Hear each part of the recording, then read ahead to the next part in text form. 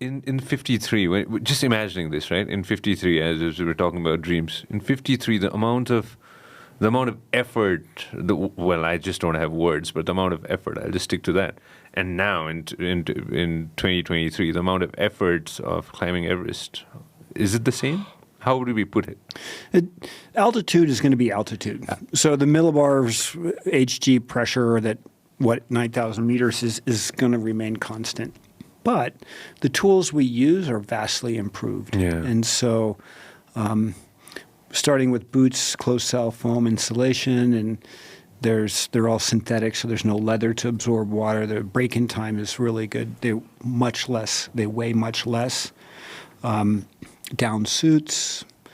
We know more about hydration. And a lot of this they had going in 53, but we really think back 100 years ago to 21, 22, and 24, the early Everest expeditions. That was they didn't have Mallory expeditions. Yeah, coming up, it'll be June 8th next year, 24. It'll be 100 years since his passing on the mountain. Yeah.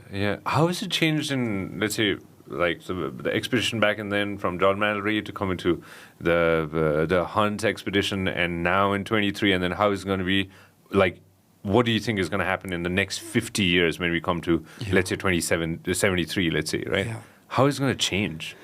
Yeah, there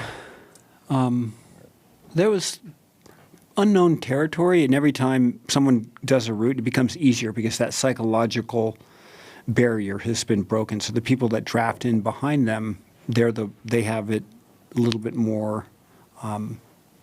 They have it easier because someone's been there ahead of time. But we look at the amount of helicopters that fly up in the mountains now, and people flying to Camp 2 and down, and the use of helicopters in the mountains. And there's there's more people on the mountain, 450 or so last year, and it was the highest fatality rate last year because of that. So if there is a good comprehensive carrying capacity study on Everest that is done by the Nepali government with Nepal leaders and students that covers everything from the cryosphere, which is the ice, to the rock, the air, earth sciences, that basic, and wildlife, and then the cultural aspect to it, how we quantify what a good experience is. So too many people doesn't make for a good experience, and the traffic jams that you see up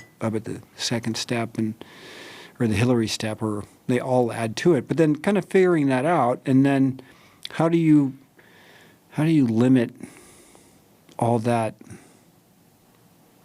How do you limit it? And you do it by experience, which is like if you're going to go climb Janu or one of the technical peaks, your experience, you have to have it to get you there. But because you have people helping you out, you can get in with less experience. And so do you limit the people by experience? Do you limit it by money? So just who has the most money can pay for it, or you do it by 100% lottery? So totally randomized. And the solution working on that is probably working all three of those things and finding out a way that is equitable for the 400 people or so that are going to try to climb Everest each year in the pre-monsoon season.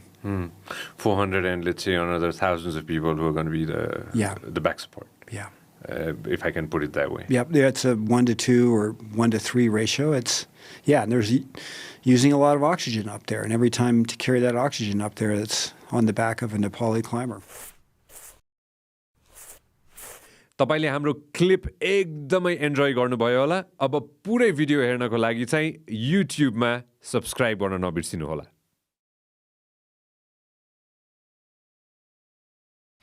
This program is brought to you by Vianet Studios.